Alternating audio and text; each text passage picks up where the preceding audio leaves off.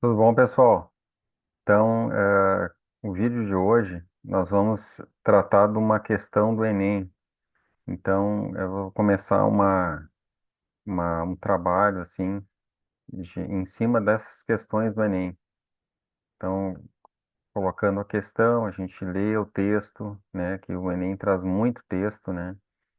Então, a gente lê o texto, a gente vê o enunciado da questão e começa a fazer uma resposta comentada, começa a dar uma estudada nessa questão. Então, eu vou trazer essas questões, vamos trabalhar uma questão aí a cada vídeo. Então, é com o objetivo de ver o estilo da prova, trabalhar cada uma e ver os conceitos e puxando os assuntos em torno da questão, tá bom? Então, começar compartilhando a tela de de um material que eu trouxe aqui para vocês, tá?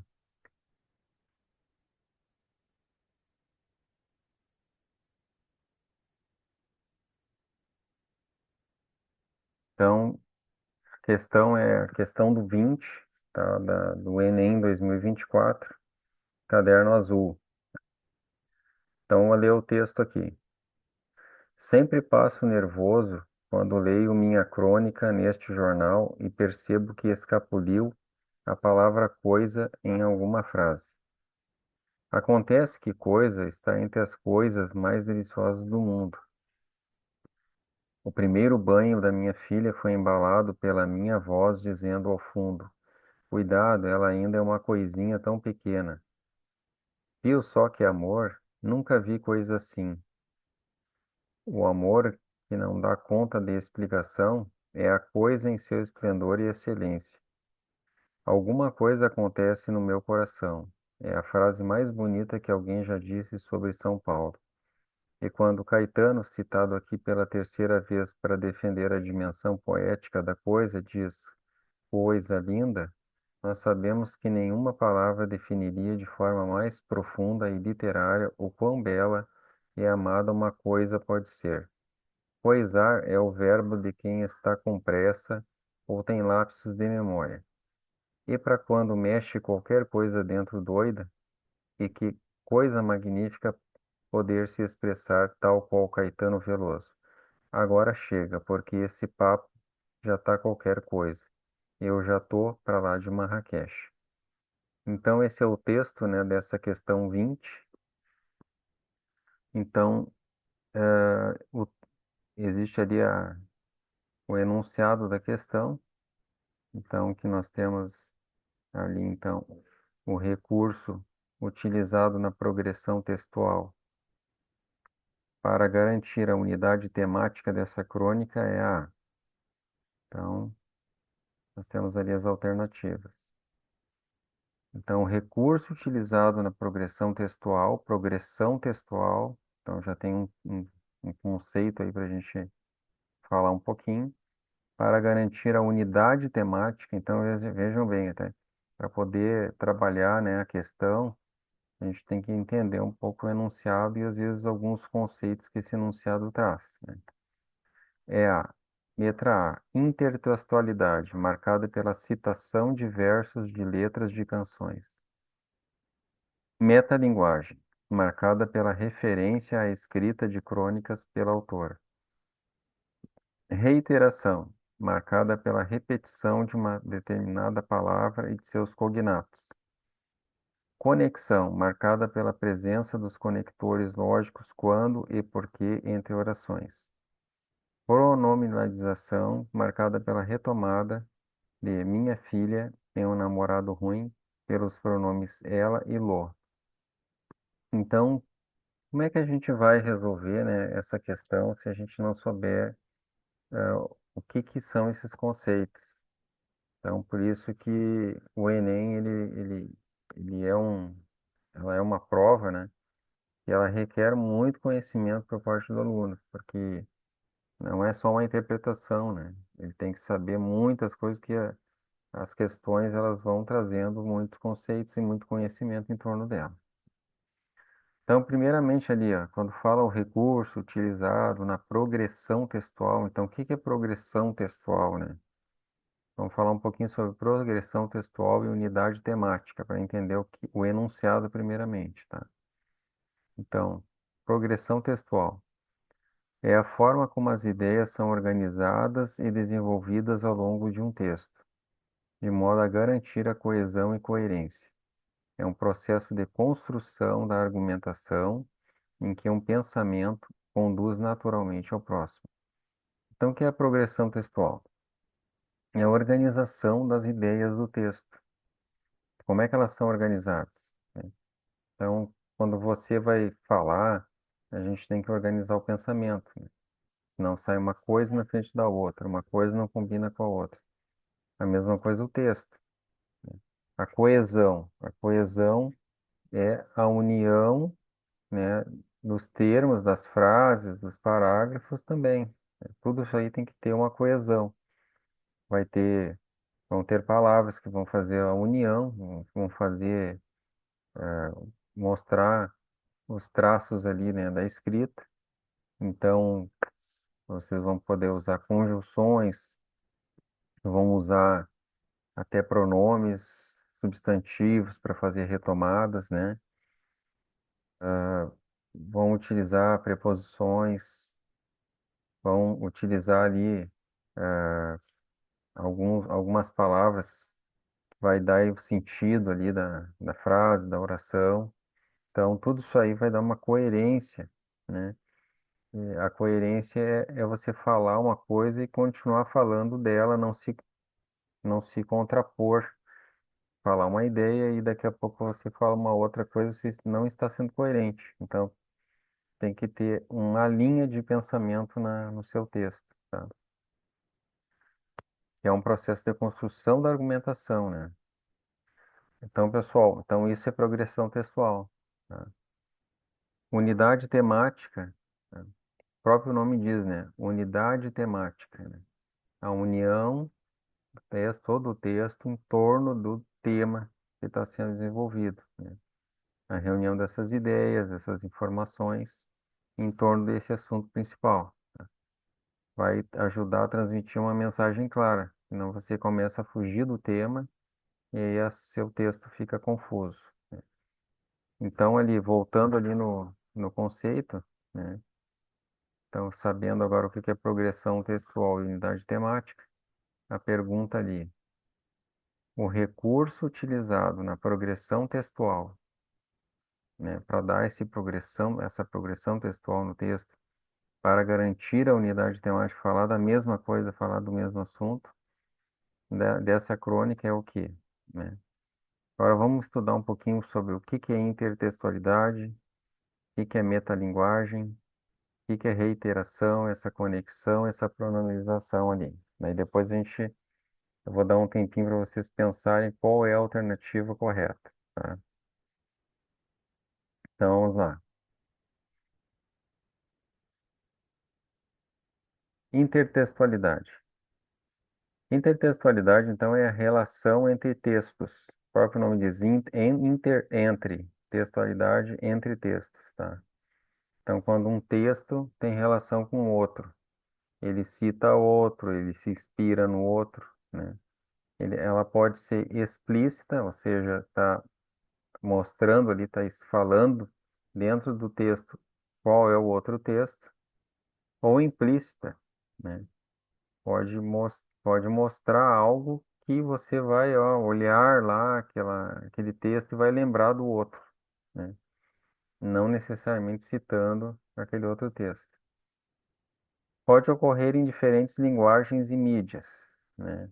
Então, mídias, né? Pode ser filme, pode ser um livro, pode ser uma pintura, né? Pode ser vários meios aí de comunicação, de cultura, enfim, né? Que pode mostrar essa intertextualidade, tá? Então, filmes que retomam outros filmes, livro que se inspira em outro livro, propaganda que recriam algo que já existe, tá? Então, aqui a gente tem um exemplo, né? O Grito, de Edward Munch, e ali tem o desenho do Simpson, né? E o Simpson, ele faz o mesmo gesto ali do personagem do quadro do Edward, e as cores são as mesmas, o fundo, né? Ali, o local onde o Simpson está. Então, o que que ocorre? Ele é inspirado no quadro do Edward Munch, né? O Grito. Isso é uma intertextualidade, tá? Então, eu acredito que tenha ficado bem claro aí o que que é esse conceito para vocês, tá? Metalinguagem. Metalinguagem é um uso linguístico cujo objeto é também uma linguagem. Então, por exemplo, quando se fala de palavras e seus componentes ou de orações, né, nós estamos falando, né, no português, por exemplo, né, de uma metalinguagem, porque nós estamos explicando uma linguagem através de uma linguagem, né? Um filme que fala de cinema, né? Um romance que fala de literatura, dicionários e gramáticas que explicam regras, né? A metalinguagem, então, é uma mensagem que utiliza o próprio código para falar dele mesmo, né? Então, o ensino, por exemplo, da língua portuguesa, nós temos ali, né, toda aquela linguagem que os gramáticos utilizam, né, para poder fazer o ensino da língua, do idioma, tá? Então, isso aí se chama metalinguagem. Agora vamos para o próximo conceito, reiteração. Então, reiteração, reiteração, repetição, tá? É o ato de repetir ou fazer algo novamente, né? No texto, a reiteração de um termo ajuda a construir e manter o sistema de referências no texto. É um mecanismo de coesão referencial. Então, você pega um referente e utiliza esse mesmo referente, tornando o texto coeso. Coesão é a ligação entre os elementos desse texto, né, em suas frases e parágrafos. É feito através de conjunções, pronomes, etc., tá? Então, reiteração é essa questão da repetição, repetição de algo no texto, tá? Conexão é a união ou ligação entre duas ou mais coisas, né? E a pronominalização é substituir um nome ou um pronome, tá? Então, por exemplo, eu trouxe o livro para ti, né? Eu trouxe-o para ti. Então, substituir o livro pelo pronome o, né? Que é um pronome que substitui o objeto direto. Trouxe o quê? O livro, né? Tá bom? Então, nós temos, então, todos os conceitos daquela questão ali explicados, tá? Então, a gente voltando lá para a questão, vamos dar uma pensadinha. O que vocês acham? Sabendo desses conceitos, qual alternativa vocês colocariam ali? Então, a intertextualidade marcada pela citação de versos de letras de canções, será que é isso que aparece no texto? Metalinguagem, marcada pela referência à escrita de crônicas pela autora, né? Então, por que que ela fala ali marcada pela referência à escrita de crônicas pela autora? Será que ela está explicando a crônica através de uma crônica, né? Reiteração, marcada a repetição de uma determinada palavra e seus cognatos. Cognatos, então, são derivados, palavras derivadas, né, da mesma palavra. Então, será que tem repetição de alguma palavra ali no texto? Conexão, marcada pela presença de conectores lógicos. Quando e por que entre orações? Será que a unidade temática, a progressão textual está relacionada somente à conexão, né, de alguns conectores lógicos nesse texto? E pronominização, será que essa unidade temática, essa progressão textual, pense no texto como um todo, né? Entender esse texto lá do início ao fim, ele ter a mesma unidade temática, ele ter essa progressão textual. Será que a pronominização daria isso? Daria esse efeito no texto?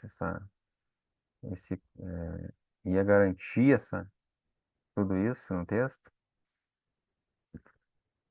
Então, eu acho que eu já posso dar resposta para vocês, né? Então, vocês vejam, né, que tem que ter o conhecimento de alguns conceitos para responder essa questão, tá? Então, qual será a alternativa? Chegando aqui no final, a resposta correta é a letra C. Reiteração, marcada pela repetição de uma determinada palavra e seus cognatos. Qual seria essa palavra, pessoal? Né? Então, lembra que ele começa a falar de coisa, né? Aí ele fala de coisinha, usa o verbo coisar, né? Que nem existe esse verbo, mas ele usa como se fosse um verbo, né? E essa palavra, ela vai tendo vários sentidos, né, no texto. E ela vai mudando o sentido, né? Como se assim coisa, essa palavra coisa, ela adquire tanto sentido, né? Naquele texto e na vida da gente também, né? Palavras cognatas são as que têm a mesma origem etimológica, né? Ou seja, derivam da mesma palavra original. Coisa e suas múltiplas repetições na contextualização de cada uma das frases e o sentido particular que exerce. Coisinha, coisar, né? Então, voltando lá no texto ali. Essa é a palavra que repete, por isso que é reiteração, marcada pela repetição, né? Então, ali, ó. Sempre passo nervoso quando leio minha crônica nesse jornal e percebo que escapuliu a palavra coisa.